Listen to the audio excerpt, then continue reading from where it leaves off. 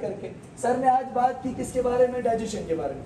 Digestion के बारे में वही ट्रिकी बात है जो आपके पास मेंशन्ड होती है कि मैक्रो मॉलिक्यूल किस में कन्वर्ट हो गया? माइक्रो मॉलिक्यूल में। कुछ समझ आई बात की? क्या बोला?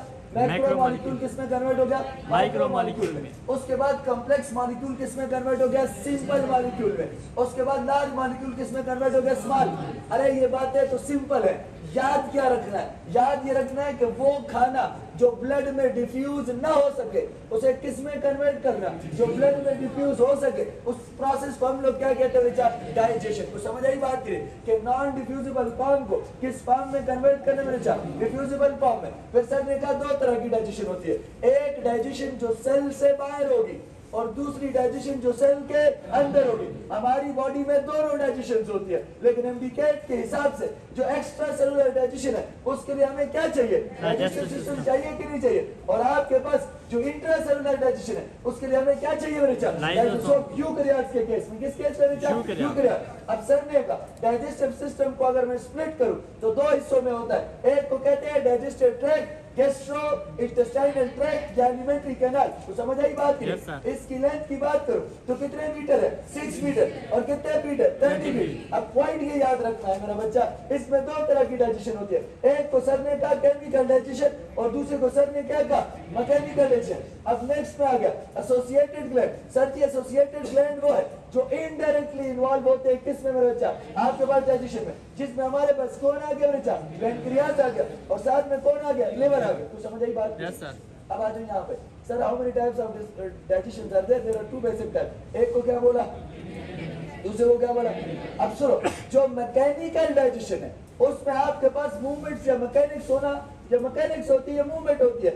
इसमें एक और कैरेक्टर भी होता है, इसमें लार्ज मैक्रो मॉलिक्यूल आपके पास उनका साइज कम हो जाता है। जैसे बड़ा प्रोटीन है वो स्मॉलर प्रोटीन में कन्वर्ट हो गया। अल्टीमेटली पर केमिकल डाइजेशन होती है। तो सर ने कहा माउथ के अंदर जो मैकेनिकल डाइजेशन होती है उसका नाम मैस्टिकेशन।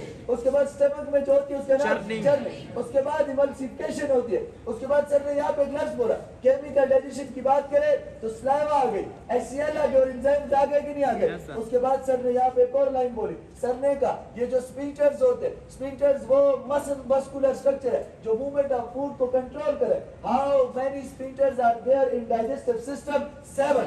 अगर डाइजेस्टिव सिस्टम में आए तो कितने हैं? 7 है।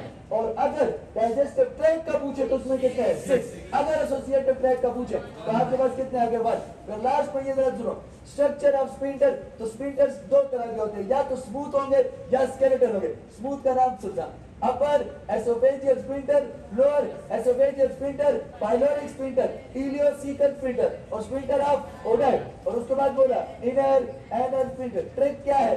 एक वॉलंटरी को याद रखो, इनवॉलंटरी सारे याद हो जाएंगे। तो सर यहाँ पे कहते हैं एक्सटर्नल एनल स्फिंक्टर। क्लियर हुई बात? yes, सर ये समझ आ गई। अब मेरा बच्चा, आज हमने बात की, सबसे पहले हमने बात की सलाइवरी ग्लैंड्स की। किसकी बात की? याद रखना सलाइवरी ग्लैंड्स वो ग्लैंड्स होते हैं जो सलाइवा प्रोड्यूस करते हैं। क्या प्रोड्यूस करते हैं? सलाइवा। उसके साथ साथ म्यूकस भी प्रोड्यूस करेंगे और जो हमारी ओरल कैविटी में मौजूद होता है। सबसे पहला ग्लैंड हमने बोला सबलिंगुअल ग्लैंड। हमारी जबान के नीचे जो ग्लैंड मौजूद होता है that gland is called sublingual gland. मेरी बात करें अब गौर से सुना, ये सबसे स्मॉलेस्ट ग्लैंड है। सलाइवरी ग्लैंड्स में जो सबसे स्मॉलेस्ट ग्लैंड होता है उसे कौन सा ग्लैंड कहते हैं?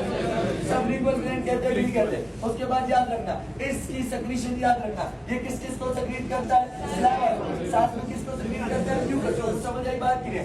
उसके बाद सर ने कहा इससे पीछे हमारे पास एक और ग्लैंड होता है जो मैंडिबल के नीचे है, जिसे क्या बोलते हैं? सब मैंडिबुलर। क्या बोलते हैं? सब मैंडिबुलर। सब मैंडिबुलर के बारे में बात करें तो ये आपके पास क्या क्या सेक्रीट करता है? सलाइवा, म्यूकस भी और माइलेज। अगर एमडीकेट में आ जाए किस ग्लैंड की सबसे ज्यादा सेक्रीशन है तो क्या बोलोगे? किसकी सबसे ज्यादा सेक्रीशन है? सब मैंडिबुलर। हमारे ईयर के आगे फ्रंट में यहाँ पे ग्लैंड होते हैं, that gland is called carotid gland. MDCAT के हिसाब से मैंने क्या पढ़ा कि सबसे लार्जेस्ट आपके पास जो ग्लैंड हमारे मुंह के अंदर सैलरी ग्लैंड होता है वो कौन से वाला होता है? Pyretic gland. सर देखा पैरेटिक ग्लैंड की सेक्रीशन के सलाइवा हमारे।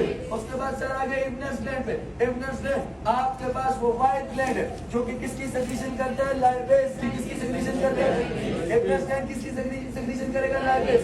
और ये लाइपेज की जो सेक्रीशन करता है इसके साथ साथ याद रखना है, अगर एमडीकेट में क्वेश्चन आ जाए, जो मुंह के अंदर केमिकल डाइजेशन होती है, जिस केमिकल डाइजेशन में ये एंजाइम्स इन्वॉल्व होते हैं, उसमें ज्यादातर जो केमिकल डाइजेशन होती है वो किसकी होती है बच्चा? कार्बोहाइड्रेट। या होती किसकी है बच्चा? कार्बो। कितने परसेंट? 2 से लेके 3%। अब गौर से देखना सर जी, हमारे मुंह में म्यूकस बना कि नहीं बना? म्यूकस किसे कहते हैं? एक फ्लूइड होता है जिसका नाम क्या होता है? ग्लाइकोप्रोटीन। म्यूकस क्या होता है? अब गौर से सुनना, ये कौन सा मॉलिक्यूल आ गया? ये किसमें इन्वॉल्व होता है? बोलस फॉर्मेशन में। किसमें? और मैंने अभी बताया ये लुब्रिकेशन में इन्वॉल्व होगा। किसमें इन्वॉल्व होगा? लुब्रिकेशन। सर ने बोला स्लाइवा। स्लाइवा हमारे मुंह में जो फ्रेश स्लाइवा का पीएच कितना होता है? 8। जो बाद में डिक्लाइन होकर कितना हो जाता है? 6। सर ने कहा ये फ्लूइड होता है, इसमें कितने परसेंट वाटर है? 99.5%। स्लाइवा में कितने परसेंट वाटर आ गया? 99.5%। 99.5%। तो स्लाइवा के अंदर आईजीए मौजूद होती है कि नहीं? Yes। सर ने बोला इसके अंदर बाइकार्बोनेट्स हो गए जो किसको मेंटेन करते हैं? पीएच को। पीएच को क्यों मेंटेन करते हैं? अमाइलेज की एक्टिविटी के लिए। किसकी? अमाइलेज की एक्टिविटी। ये क्वेश्चन आ जाए, अमाइलेज को एक्टिव रखने में किसका रोल है? बाइकार्बोनेट का। कहाँ पे? ओरल कैविटी में। उसके बाद सर ने लाइसोजाइम मौजूद होते हैं कि नहीं मौजूद Yes। होते हैं? जो बैक्टीरिया की ब्रेकडाउन, ये बैक्टीरिया ये पैथोजन को खत्म करते हैं। उसके बाद सर ने कहा अमाइलेज 2 to 3%। फिर सर ने एक सबसे इंपॉर्टेंट बात बोली, जो सबस्ट्रेट होता है ओरल कैविटी का वो क्या होता है? फूड। और जो प्रोडक्ट होता है उसे क्या बोलते हैं? बोलस। उसके बाद सर ने फेरिंक्स बनाया। Yes sir. हर टीचर समेत मेरे यही पढ़ाएगा कि फेरिंक्स रिसीव करता है। फेरिंक्स का वो कौन सा हिस्सा होता है जिसकी इन्वॉल्वमेंट सबसे कम होती है? नेसोफेरिंक्स। तो समझ आई बात करें, क्या नाम है सर ने क्या बोला? नेसोफेरिंक्स। अब गौर से सुनना, अब जो खाना है वो फेरिंक्स रिसीव करता है। जल्दी जल्दी फेरिंक्स ने रिसीव किया। फेरिंक्स एक डुअल ऑर्गन है कि नहीं है? फेरिंक्स के लिए एक लाइन याद रख लो कि फेरिंक्स किसी भी केमिकल और मैकेनिकल डाइजेशन में इन्वॉल्व नहीं होता। ये सिर्फ और सिर्फ डाइजेस्टिव ट्रैक्ट है। किसका हिस्सा? डाइजेस्टिव ट्रैक्ट का। तो समझ आई बात?